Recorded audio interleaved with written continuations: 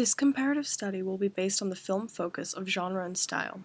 Through analysis of the two films Moonrise Kingdom and Hunt for the Wilderpeople, I have extracted the topic question, how is maturity explored through a drama film? Within this topic, I will analyze the 5 formal film elements and investigate their impact on the films in terms of their genre and other aspects of the films, such as motifs, symbolisms, and themes. Moonrise Kingdom and Hunt for the Wilderpeople are very similar films in terms of narrative and style. They share various themes and a few other facets, including types of characters, the outsider status, and the relationships explored. All of these areas of film are used in each film to explore coming of age and maturity. Moonrise Kingdom is an American film that was directed by Wes Anderson and was released in 2012.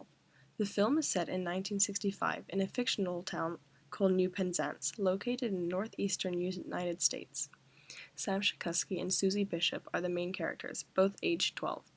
Susie's relationship with her parents is complicated, and Sam is an orphan who had just recently been given up by his foster parents, which is the catalyst for social services beginning to chase him. He and Susie both run away to pursue their love, however, they face challenges along the way. Hunt for the Wilderpeople is a film from New Zealand. It was released in 2016 and it was directed by Taika Waititi. The story begins with Ricky Baker, the protagonist, going to meet his new foster parents, Bella and Heck. After Bella dies, Ricky runs away to the wild New Zealand bush, with Heck in pursuit. The two bond on their journey, all the while being chased by social services as Ricky recently turns 13. Despite the obvious similarities between the plots of the film, there are contrasting themes present. However, the main themes of each film that they do share are themes of love, rebellion, and youth. On one hand, Moonrise Kingdom also explores the themes of mental health, depression, and infidelity, while Hunt for the Wilderpeople doesn't. Instead, it delves deeper into themes such as death and loss. These themes all contribute to the development of the protagonists of both films, as they undergo change and mature after encountering these themes. The aspect of context for both films that I will explore is socio-political. Both films were released in the 2010s, where there was a plethora of technological advances being made.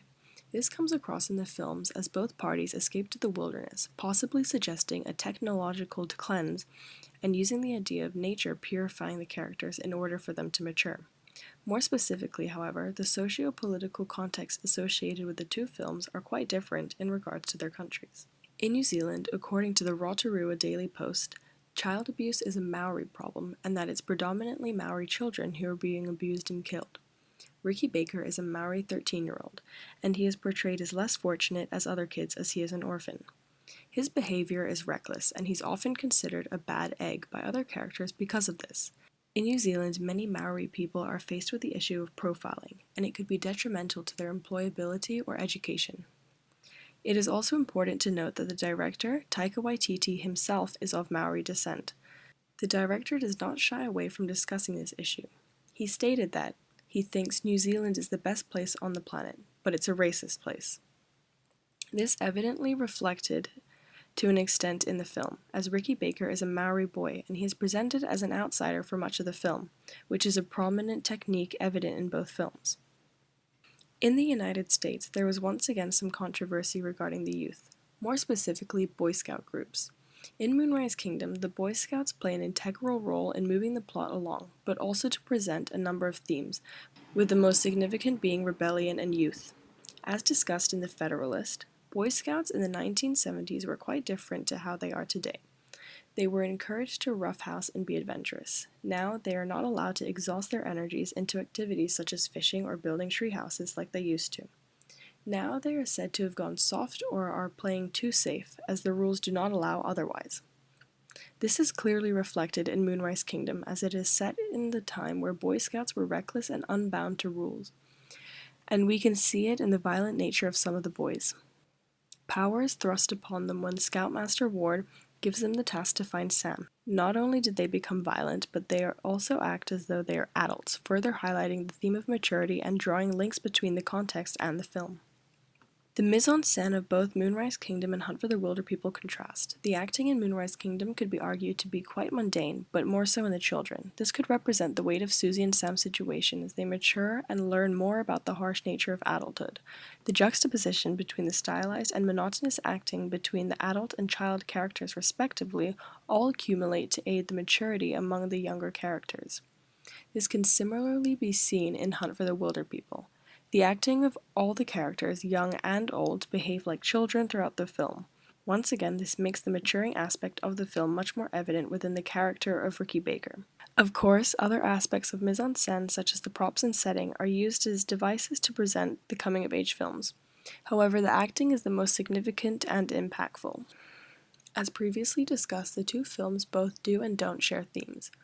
This makes them have similar plots. However, specifically for the theme of love in Moonrise Kingdom, it is romantic, while in Hunt for the Wilderpeople it is more of a father-son love, which allows each film to highlight maturity in different ways. Death is explored in Hunt for the Wilderpeople when Bella dies. By observing such a painful event, Ricky matures and grows more empathetic as a character. Moonrise Kingdom is a love story between two kids which emphasizes the failing love between Susie's parents, the adults. By having the children have a more successful relationship than the parents, the theme of maturity is highlighted again within the kids. The narrative is what drives the coming-of-age story as the characters mature and progress as the film goes on. Tensions rise and decrease, and it is used to create juxtapositions which aid the progression of the plot. In both Hunt for the Wilderpeople and Moonrise Kingdom, the cinematography is significant to the dramatic genre of the film as the protagonists are often placed in the center frame, drawing all attention to them and thus accentuating the responsibility they have. In addition, it highlights the isolation of Sam and Susie as they are considered and treated like outsiders. With Ricky, it's different. He is occasionally in the center. However, when he and Heck are on their journey, he is often placed using the rule of thirds to reflect how he is maturing as a character and looking forward. In Hunt for the Wilderpeople, we have the scene where Bella sings for Ricky for his birthday as he turns 13. It could be regarded as an empathetic sound as the tone of the scene is relatively awkward while the music is very upbeat and enthusiastic. By doing this, Taika essentially outlines Heck and Ricky's relationship to come later in the film. Initially, they hate each other as seen in the tense atmosphere, but later they learn to love each other and form a father-son type bond as heard through the optimistic melody of the music. In Moonrise Kingdom, Wes Anderson stated in a Hollywood Reporter interview that he wanted the soundtrack to reflect the character of Captain Sharp's taste to reflect the melancholy nature of the narrative. Moreover, for a lot of the songs used, they are sung by children, adding to the idea that young kids are being forced to mature. The combination of the point of view shot and the binocular effect added in post reflects Susie's character and the idea of her clinging on to her childhood despite the chaos occurring around her. In the scene where Ricky dances while Heck watches, the audience is able to catch a glimpse of the protagonist while living his childhood before the events unfold throughout the film, causing him to mature. The outsider status is again relevant in both films. In Moonrise Kingdom, both Susie and Sam are outcasts, which is the reason they run away. In Hunt for the Wilderpeople, Ricky is an orphan who is moved to a place in the countryside, where he is incongruous with the setting. The effect of including the outsider status within the protagonists is that the narrative can progress at a much deeper level, because they are put out of their comfort zones as they run away as a result of being isolated, and they are then forced to mature. Symbolism and motifs are used in both films to highlight the theme of maturity. One of Moonrise Kingdom's most significant symbols is in the title of the film. Susie and Sam run away to a beach that they then call Moonrise Kingdom, and it is a symbol of their childhood. They escape their old lives to pursue a fantasy-like life at the beach until they are then brought back to reality.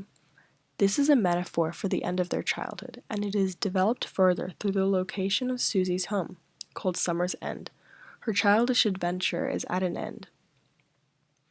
In Hunt for the Wilderpeople, the locations aren't motifs. However, the rare bird could represent Ricky and his unique character, and thus reflecting maturity.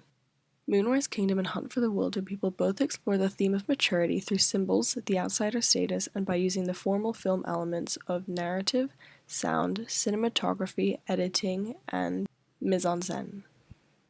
The audience are able to see the journey Susie, Sam, Ricky, and Heck go on, and the character development they endure to grow and, of course, mature.